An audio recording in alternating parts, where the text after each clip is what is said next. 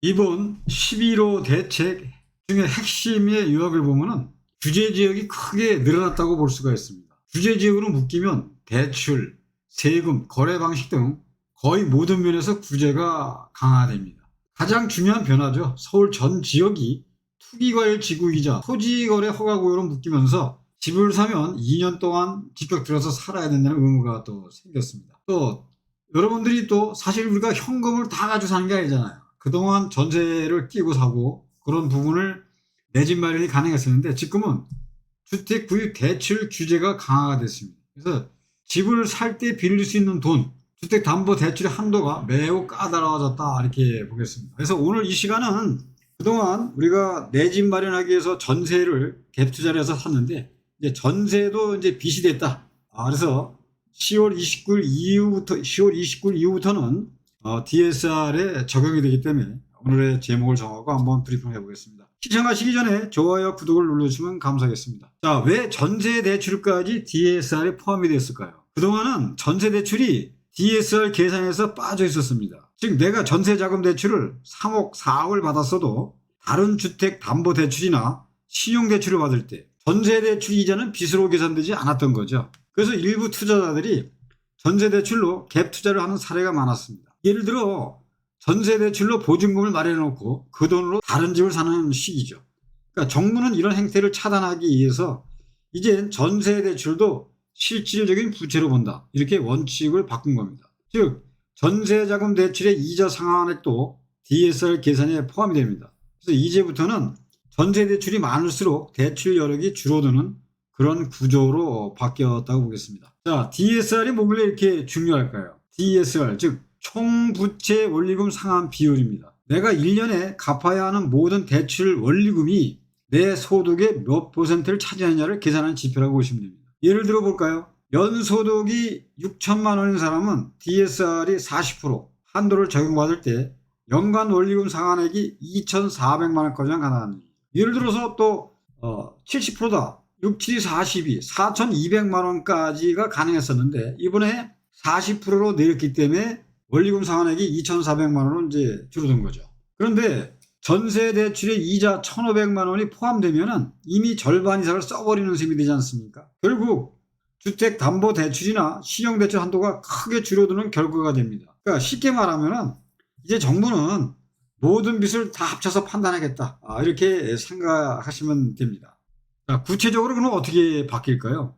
자, 이번 조치는 10월 29일부터 시행이 됩니다. 그러니까 이 대출을 받으실 때 10월 28일까지 받으시면 되겠습니다. 대상은 1주택자입니다.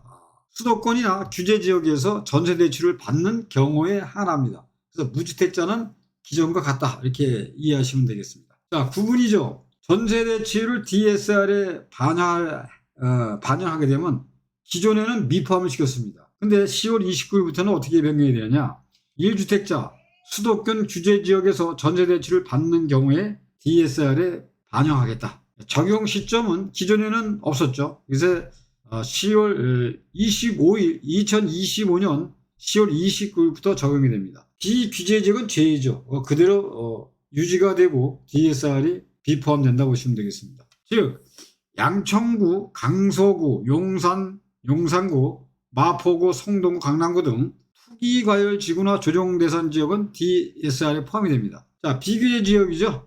지방, 중소도시 등은 기존과 동일하게 적용이 됩니다. 자, 실전 사례를 한번 어떻게 변하는지 한번 볼까요? 자, 사례를 한번 들어보겠습니다. 양천구에 거주하는 1주택자, 우리 김 선생님께서 목동의 아파트를 한 채 보유 중이시고 내년 초 아이 학교 근처로 전세 이사를 계획 중입니다. 그래서 현재 주택담보대출 3억, 전세대출 2억을 받을 예정이었는데요.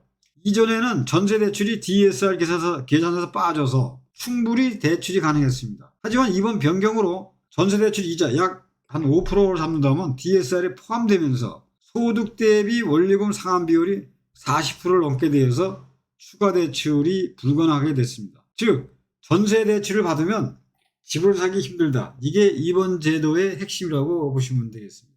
자, 실수요자라면 어떻게 대응을 하셔야 될까요? 첫째, DSR 계산부터 하셔야 됩니다. 전세 대출 이자까지 포함되기 때문에 본인 소득 대비 원리금 상환액을 다시 계산해야 합니다. 두 번째는 계약 시기를 확인하셔야죠. 10월 29일 이전에 이미 승인된 전세대출은 기존 규정이 적용될 수가 있습니다. 하지만 29일부터는 바뀐 규정이 적용이 되기 때문에 DSR을 계약 시기를 확인해 보셔야 됩니다. 셋째, 무주택자는 상대적으로 유리하죠. 무주택 실수요자는 여전히 DSR을 제외합니다. 즉 전세대출을 통해서 내 집 마련 준비가 가능합니다. 자, 넷째, 매수 계획자는 전략을 조정해야 됩니다. 전세대출이 있다면 추가 매수 시 대출 여력이 줄어드니까 이사나 매매 시점을 조정할 필요가 있습니다. 자, 오늘 내용을 정리해 보겠습니다. 이 전세대출도 빚이다. 1주택자가 규제지역에서 전세대출을 받을 경우 그 이자 상환액이 DSR에 포함되어 대출 한도가 줄어듭니다. 전세를 끼고 이사를 하거나 갭투자를 고려 중이신 분들은 이번 면에 꼭 숙지를 하셔야 됩니다. 지금 우리가 거래를 하는데 지금 전세를 실거주를 하기 위해서는 구청에 토지거래 허가를 받아야 됩니다. 그러면 토지거래 허가를 신청하면 한 15일 정도 걸리지 않습니까? 그래서 먼저 유튜브에서 정리되었듯이 이게 15일이지 그 신청일로부터 공휴일이나 토요일 이런 빼기 때문에 한 20일 정도 걸린다 봐야 되죠. 자, 그렇게 되면은 이게 토지거래 허가 신청한 날로부터 4개월 안에 끝을 내야 됩니다. 그래서 토지거래 허가 끝 났다. 그러면 그때부터 3개월로 봐야 되거든요.